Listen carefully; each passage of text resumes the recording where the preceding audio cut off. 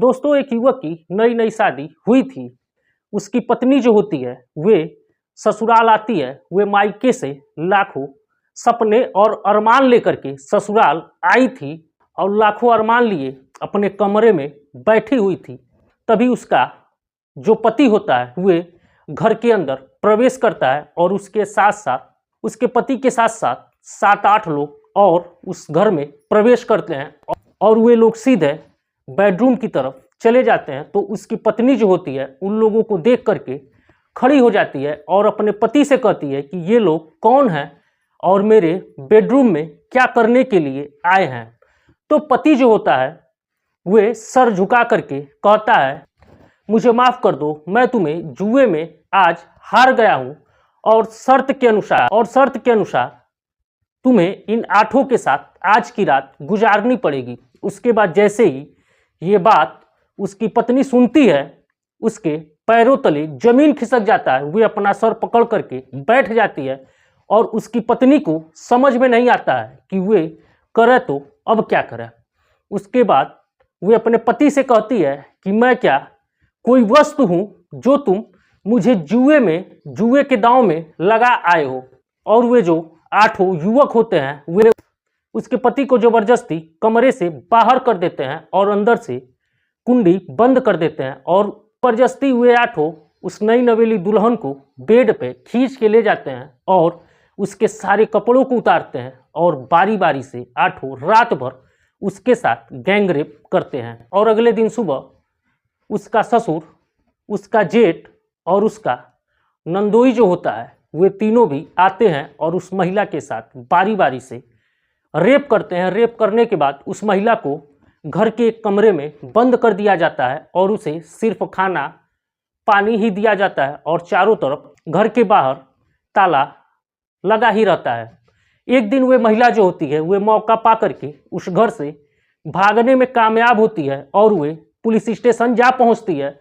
और जब वे police station पहुंचती है और अपनी आप बीती पुलिस वालों को बताती है तो पुलिस वाले भी सुन करके हैरान हो जाते हैं, परेशान हो जाते हैं और दंग रहते हैं और कहते हैं कि आखिर एक पति ऐसा कैसे कर सकता है, वे अपनी पत्नी को कैसे दांव पे लगा सकता है। इस घटना की पूरी जानकारी हम वीडियो में आपको दे रहे हैं, तो कृपया वीडियो के अंत तक बने रहें। वीडियो में आगे बढ़ने से पहले आपसे छोटा सा वही अनुरोध है, कृपया वीडियो को लाइक करें, साथ साथ चैनल को सब्सक्राइब करें, अपने दोस्तों मित्रों के साथ वीडियो को शेयर करना न भूलें ताकि हमारा हौसला और भी बढ़ता रहे और हम आपको इसी प्रकार से सच्ची घटनाओं पर आधारित वीडियो बना करके लाते रहें। और कमेंट में ये आप जरूर बताएं कि वीडियो को आप कहां से देख रहे हैं ताकि हमारा हौसला और भी बढ़ता रहे और हम इसी प्रकार से सच्ची घटनाओं पर आधारित वीडियो बना करके लाते रहें। तो दोस्तों, देर न करते हुए आइए लौटते हैं आज की अपनी वीडियो में। दोस्तों, उत्तर प्रदेश में एक जिला लगता है, उस जिला का नाम मेरठ होता है। मेरठ में एक गांव लगता है, उस गांव का नाम सिवई होता है। 8 दिसंबर 2025 की सुबह एक वे अपने घर से चीखती चिल्लाती हुई बेतहाशा भागती है और वे भाग भी नहीं पा रही होती है क्योंकि उसके पैर में काफ़ी जख्म थे और वे घसीटते हुए चिल्लाते हुए भागती है। तब तक अगल बगल के लोग आ जाते हैं और उस महिला से पूछते हैं कि तुम्हें क्या हुआ है। उसके बाद जैसे ही लोग देखते हैं तो उसका पैर जला हुआ था, मानो तेजाब से का पैर जला हुआ हो। उसके बाद दोस्तों, गांव के लोग पूछते हैं उस महिला से कि तुम्हारे साथ क्या हुआ है और तुम्हारे कपड़े कैसे फटे हुए हैं। चूँकि वे सारे लोग उस महिला को पहचानते थे। उस जो महिला थी उस गाँव की बहू थी और उस महिला का नाम नेहा होता है।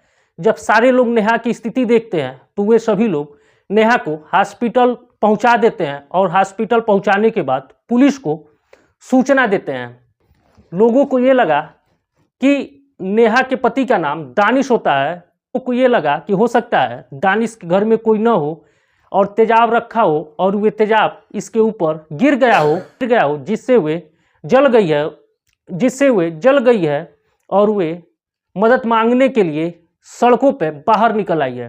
पुलिस पहुंचती है और पुलिस नेहा से जानने का प्रयास करती है कि तुम्हें जख्म कैसे आया।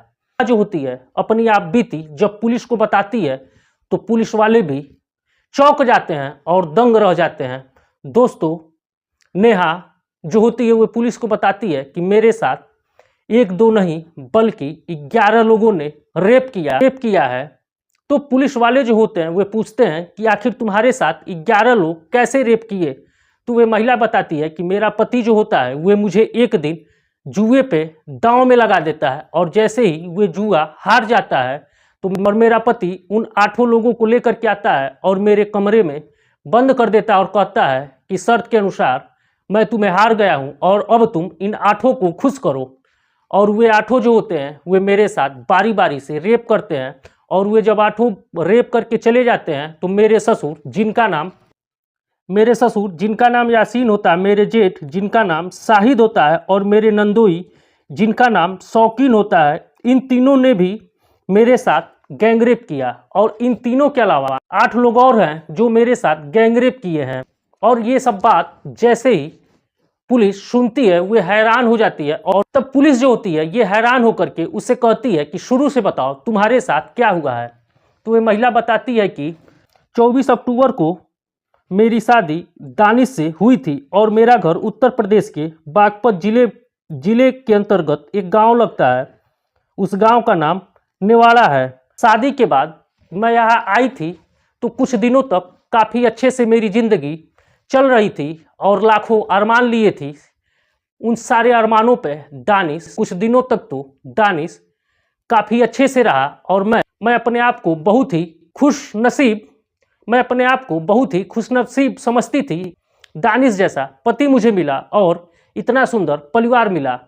लेकिन दानिश की एक आदत बहुत बुरी थी। दानिश को जुआ खेलने का लत था और दानिश का घर भी काफ़ी बड़ा होता है। तो दानिश जो होता है अपने घर के एक कोने में जुआ खेलता था और लोगों को बुला करके खिलवाता भी था और उनसे पैसे भी लेता था।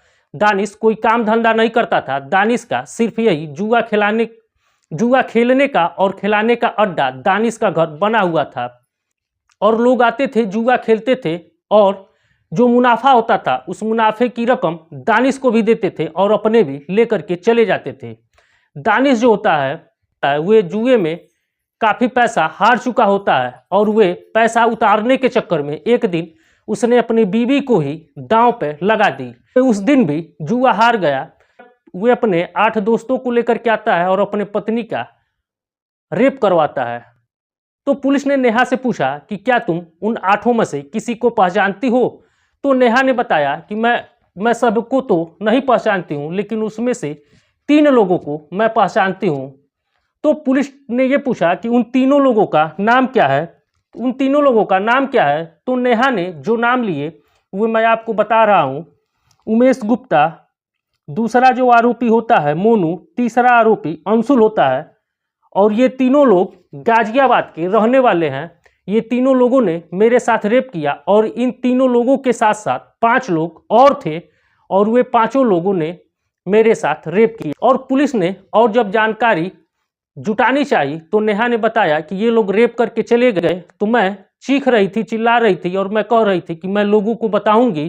तो उसके बाद मेरा पति जो होता है दानिश, वे कमरे के बाहर ताला लगा देता है और अगले दिन सुबह मेरे ससुर यानी यासीन कमरे में आते हैं और यासीन भी मेरे साथ रेप करते हैं। और रेप करने के बाद वे कहते हैं कि तुम दान दहेज में क्या लेकर के आई थी, कुछ भी तो नहीं लेकर के आई थी। इस नाते अब तुम्हारे जिस्म से हम दान दहेज का पैसा वसूलेंगे। तुम्हें अब हमारे अनुसार ही रहना पड़ेगा। अगर तुम किसी को बताई या हल्ला की तो तुम्हें जान से मार दिया जाएगा।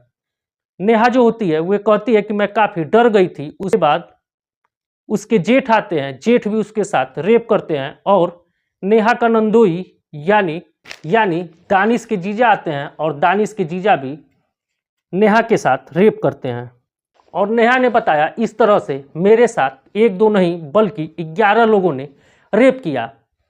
पुलिस जो होती है नेहा के द्वारा लगाए गए गंभीर आरोपों को ध्यान में रखते हुए नेहा का मेडिकल परीक्षण कराया जाता है और मेडिकल परीक्षण में ये बात सामने आई कि नेहा के साथ सचमुच गैंगरेप किया गया है। उसने तत्परता दिखाते हुए दानिश के पिता यासीन को, उसके बड़े भाई, उसके नंदोई उमेश को, मोनू को और अंशुल को पुलिस ने फौरन गिरफ्तार किया और गिरफ्तार करने के बाद थाने लेकर के आई। और जब कड़ाई से पूछताछ की तो दानिश जो होता है वे अपने जुर्म को कबूल कर लेता है और कहता है कि साहब जुए की लत में तो दानिश जो होता है वे कहता है कि साहब जुए की लत में मुझसे बहुत बड़ी गलती हो गई और हाँ, मैंने इसे जुए के दांव पे लगा दिया था। तो पुलिस वाले पूछते हैं कि पत्नी जुए पे लगाने की वस्तु होती है क्या? तुम जुए पे अपनी पत्नी को ही दांव में लगा दिए। तो वे कहता है कि साहब काफ़ी कर्जा हो गया था और कर्जे के माफ़ करने के चक्कर में अपनी पत्नी को दांव पे लगा दिया। उसके बाद दोस्तों सबसे बड़ी बात यह है कि नेहा क्या अपनी ज़िंदगी पहले जैसी गुजार पाएगी या गुजार नहीं पाएगी? आप कमेंट में ज़रूर बताइएगा। दोस्तों, इस वीडियो के माध्यम से हम आपको जागरूक करना चाह रहे हैं कि हमारी आपकी जितनी भी बहन बेटियां हैं उनकी शादी सोच समझ करके की जाए। जिस लड़के से हम अपनी बहन बेटी की शादी कर रहे हैं उस लड़के के बारे में ठीक से पूरी तरह से जानकारी ले ली जाए कि लड़का शराब या जुआ या किसी भी प्रकार के अन्य नशा संबंधित बुरी आदतें न हो, नहीं तो आपकी हमारी बहन बेटी की ज़िंदगी इसी प्रकार से तबाह हो सकती है। कहीं भी किसी भी लड़के से शादी करने से पहले उसके लड़के के परिवार वालों के बारे में, उसके खानदान के बारे में और लड़के के बारे में अच्छे से पता करिए। दोस्तों, लड़का गरीब हो तो भी एक बार अपनी बहन बेटी की शादी कर देनी चाहिए, लेकिन अमीर लड़के के चक्कर में और वे नशेड़ी हो या फिर किसी भी प्रकार का नशा करता हो तो वे आपकी बहन बेटियों को बहुत अच्छे से खुश नहीं रख पाएगा, क्योंकि उसके पास जो भी पैसा होगा, धन दौलत होगा, वे अपने नशा में उड़ा देगा और 24 घंटा नशे की हालत में ही रहेगा। तो इस नाते आप लोगों से हमारा अनुरोध है कि गरीब लड़कों के साथ आप अपनी बहन बेटियों की शादी कर दीजिए, लेकिन अमीर, नशेड़ी, शराबी और जुआड़ी लड़कों के साथ शादी मत करिए। दोस्तों, मिलते हैं अगली वीडियो में किसी सच्ची नई घटना के साथ। तब तक के लिए हमें दीजिए इजाज़त। नमस्कार।